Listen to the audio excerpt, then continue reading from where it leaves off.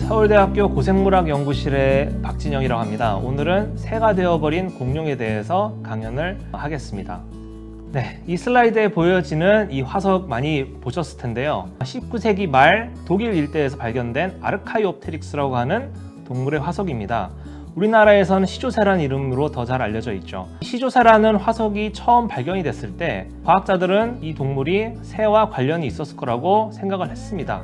그 이유 중 하나가 뭐냐면은 이 앞다리와 꼬리 쪽에 풍성하게 보존이 된 깃털 때문인데요. 근데 이제 새와는 또 다른 특징들이 이 시조새에게서 발견이 됐습니다. 어떤 것들이 있냐면은 바로 이런 것들인데요. 앞다리에는 갈고리 모양의 발톱이 있었고요. 기다란 뼈로 된 꼬리를 가지고 있었습니다. 그리고 무엇보다 또 중요한 게 부리 안에 굉장히 단순하면서도 날카로운 이빨을 또 가지고 있었는데요.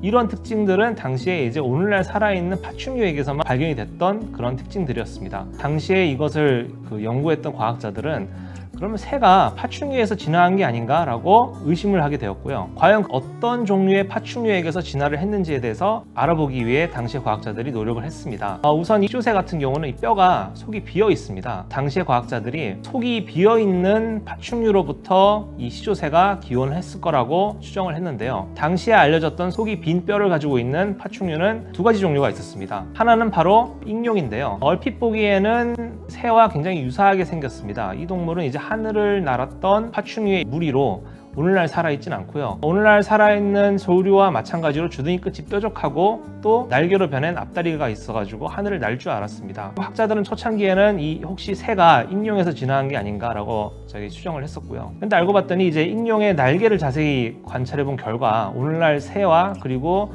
시조새의 것과 굉장히 다르다는 것을 알아냈습니다. 익룡 같은 경우는요, 앞다리의 네 번째 앞발가락이 길어져 가지고 만들어진 것이 이제 날개였고요. 시조새랑 새 같은 경우는 두 번째와 세 번째 앞발가락이 합쳐져서 만든 게 이들의 날개였습니다. 가장 큰 또 차이점이 뭐가 있냐면 익룡 같은 경우는 날개가 주로 이제 피부막으로 이루어져 있고요. 시조새랑 새 같은 경우는 깃털로 이루어져 있는 날개를 가지고 있다는 점이었습니다. 그래서 과학자들은 이제 새가 익룡에서 진화한 건 아니다라고 결론을 지었죠. 그 다음에 이제 속이 빈 뼈를 갖고 있는 파충류 무리는 이제 공룡이었습니다. 시조새와 새 그리고 공룡을 처음으로 이제 비교해가지고 연구한 사람이 바로 이 토머스 헉슬리라는 당시의 과학자였는데요. 이분이 이제 연구했더니 좀 흥미로운 사실을 알아냈습니다. 일단은 시조새랑 새 그리고 그 당시에 발견됐던 닭만한 조그만한 공룡이 있었습니다. 콤프소그나투스라고 하는 종류인데 일단 새 무리의 동물들이 다 속이 비어 있다는 것 외에도 특히 이제 콤프소그나투스와 시조새 사이에 굉장히 다양한 해부학적 특징들이 이제 공유된다는 것을 알아냈는데요. 몇 가지만 알려드린다면은 일단은 이제 주둥이 안에 있는 굉장히 단순하지만은 날카로운 모양의 이빨 그리고 가느다란 앞발 그리고 세 개의 앞발가락 두 뒷다리로 거들 수 있는 능력 그리고 기다란 꼬리였습니다. 그래가지고 이 토마스 헉슬리라는 분은 새가 작은 육식공룡으로부터 진화한 게 아닌가라고 생각을 했었습니다. 근데 이제 그때 당시에 공룡을 연구한 학자들은 이 토마스 헉슬리라는 분의 가설을 그렇게 좋아하지 않았어요. 왜냐하면은 당시에 발견됐던 공룡들이 보통 이제 이렇게 생긴 것들이었습니다. 거대한 티라노사우루스라든지 목이 긴 브라키오사우루스 그리고 머리 뿔이 달린 트리케라톱스 같은 공룡들이었는데요. 이런 공룡들은 아무리 봐도 새와 전혀 닮은 점이 없어 보였기 때문이었죠. 토마스 헉슬리가 이런 주장을 한 다음에 거의 한 100년 동안은 사람들은 새가 작은 육식공룡에서부터 진화됐다고 믿지 않았습니다. 근데 이제 비교적 최근에 와가지고 이러한 공룡을 연구하는 사람들이 알고 봤더니 공룡 중에서도 육식공룡 계열에 해당되는 공룡들이 오늘날의 새와 굉장히 유사하다는 사실을 알아냈습니다. 몇 가지가 있는데요.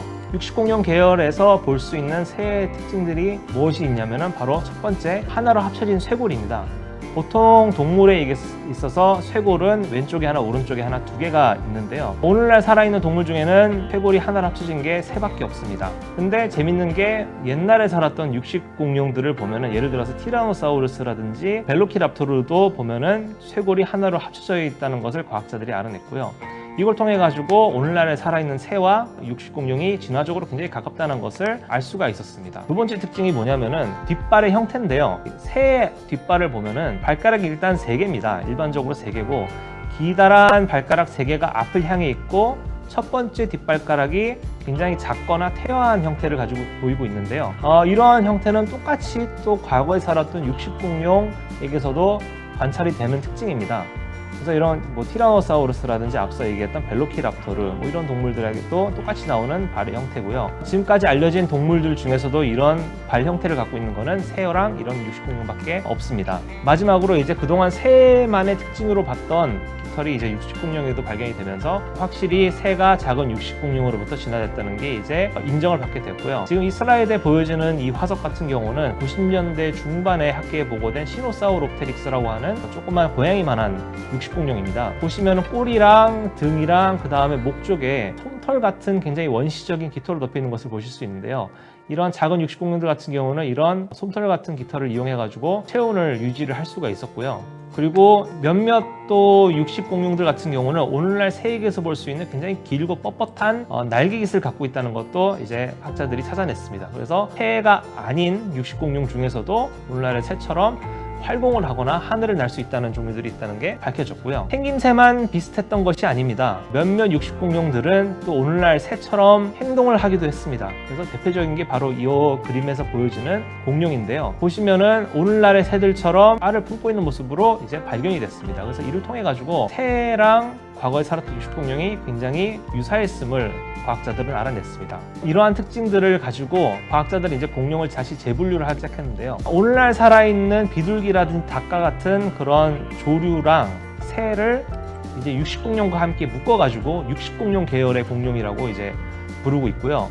나머지 이제 목이 긴 목긴 공룡이라든지 트리케라톱스와 같은 그 단단한 부리를 갖고 있는 공룡들을 묶어가지고 우린 얘네들을 다 묶어서 공룡이라고 부르게 됐습니다. 그래서 새가 공룡 안에 포함이 되어버렸기 때문에 더 이상 학계에서는 공룡이 멸종됐다고 얘기를 하지 않습니다. 자, 그 화석 기록으로 알려진 공룡 종류가 약 700가지에서 1000가지 사이 정도 됩니다. 근데 오늘날 살아있는 공룡의 종류, 새의 종류가 10,000종류가 넘습니다. 사실 우리가 공룡이라 부르는 것의 대부분은 새인 것이죠. 서울 근처에 치와와 공룡알 화석지라는 곳이 있는데요.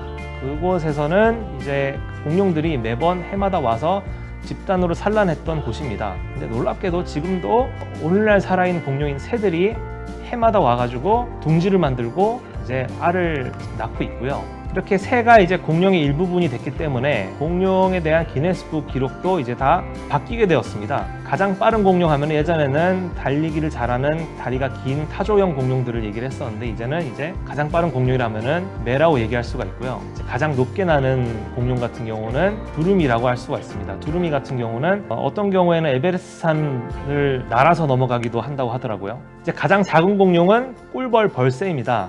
몸무게가 1.6g 밖에 되지 않는데요. 초밥 하나랑 이 꿀벌 벌새 12마리랑 몸무게가 같다고 합니다. 가장 깊게 잠수하는 공룡은 이제 황제 펭귄이에요. 깊이 500m의 바닷속까지 잠수를 해서 먹이를 사냥을 합니다. 가장 영리한 공룡은요, 까마귀입니다. 까마귀가 얼마나 똑똑하냐면요, 퍼즐을 맞출 수도 있는 그런 두뇌를 갖고 있고요. 자기가 깰 수 없는 견과류 같은 경우는 차도에 올려놔가지고 차들이 지나가는 거를 이용을 해가지고 견과류를 깨기도 하고 또 그런 지식들을 이제 다른 까마귀들에게 전달하기도 한다고 합니다. 세상에서 가장 많이 존재하는 공룡은 무엇일까요? 네, 바로 닭입니다. 지금 현재 지구상에 살고 있는 닭이 2천억 마리 정도가 되는데요. 사람은 지구에 지금 현재 약 76억 명이라고 하죠. 어떻게 보면은 사람보다 공룡이 훨씬 더 많은 상황이라고 볼 수가 있습니다. 공룡은 또 이제 우리 식생활에 있어서 없어서는 안 될 존재가 됐죠. 우리는 아침마다 공룡의 알을 먹고 등교를 하거나 직장에 가기도 하고요. 저녁에는 치킨을 먹으면서 하루를 마무리하기도 합니다. 그래서 공룡은 지금 멸종을 하지 않고 그 어느 때보다도 잘 번성하면서 살고 있습니다. 근데 여기는 문제가 있습니다. 우리 인간들이 이제 아무 생각 없이 버린 쓰레기라든지 오염 폐수 이런 것 때문에 많은 오늘날 살아있는 공룡들이 고통스러워하고 있고요. 엎친 데 덮친 격으로 이제 기후변화 때문에 많은 공룡들이 살 곳을 잃어가고 있어요. 그래가지고 어떤 과학자들 같은 경우는 이러다가 오늘날 살아있는 공룡들이 사람에 의해 가지고 멸종하는 게 아닌가 이렇게 걱정을 하고 있습니다.